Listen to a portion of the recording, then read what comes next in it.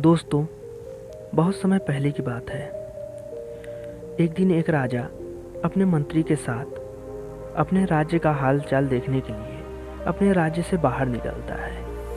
वो अपने राज्य से बाहर निकलते ही कुछ समय पश्चात चलता है, तभी वो देखता है कि एक किसान पथरीली और उबड़ खाबड़ वाली ज़मीन पर बहुत ही गहरी नींद से सो रहा था। उस किसान को देखकर राजा अपने मंत्री से कहते हैं कि जरा इस बेचारे को देखो, ये बेचारा बिना सुविधा के भी कितनी इसी स्थिति में कितनी शांति से सो रहा है, और एक हम हैं जो कि इतनी अच्छी सुविधा के बावजूद भी अगर थोड़ी सी भी दिक्कत आ जाए तो हम अच्छे से सो नहीं पाते हैं।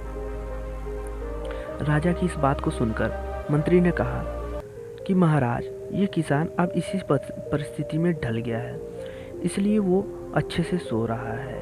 उसने यह मान लिया कि मेरी ज़िंदगी ऐसी ही है और मुझे इसी तरह की ज़िंदगी जीनी है। मनुष्य का शरीर बहुत ही कठोर होता है, उसे जैसी व्यवस्था मिलती है वैसा ही वो अपने आप को उन परिस्थितियों में ढाल देता है। राजा ने अपने मंत्री से कहा कि मुझे ये बात सच्ची नहीं लगती।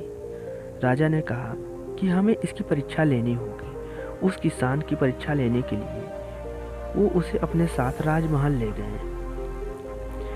यहाँ पर राजमहल में उसके लिए हर तरह की सुख सुविधाएं की व्यवस्था की जाती है।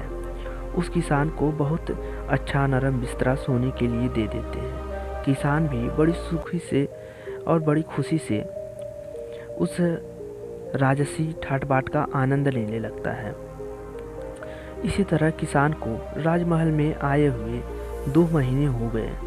अब किसान भी इसी सुख सुविधा का गुलाम बन गया था।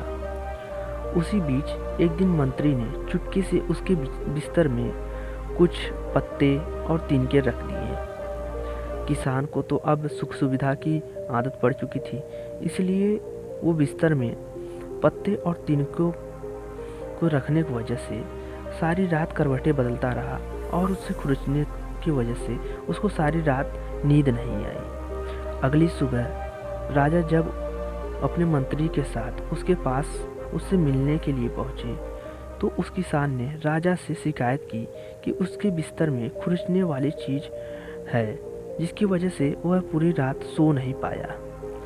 किसान की यह बात सुनकर मंत्री ने तुरंत राजा से कहा कि देखा महाराज, ये वही किसान है जो पथरीली और उबड़ खाबड़ वाली ज़मीन पर कितनी आराम से और गहरी नींद से सो रहा था, लेकिन अब ये 2 महीने से राजमहल की इस विलासपूर्वक जीवन का आनंद लेने लगा था।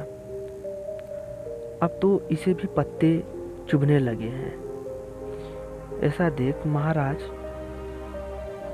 ने कहा कि हाँ, ये बात तो सच है।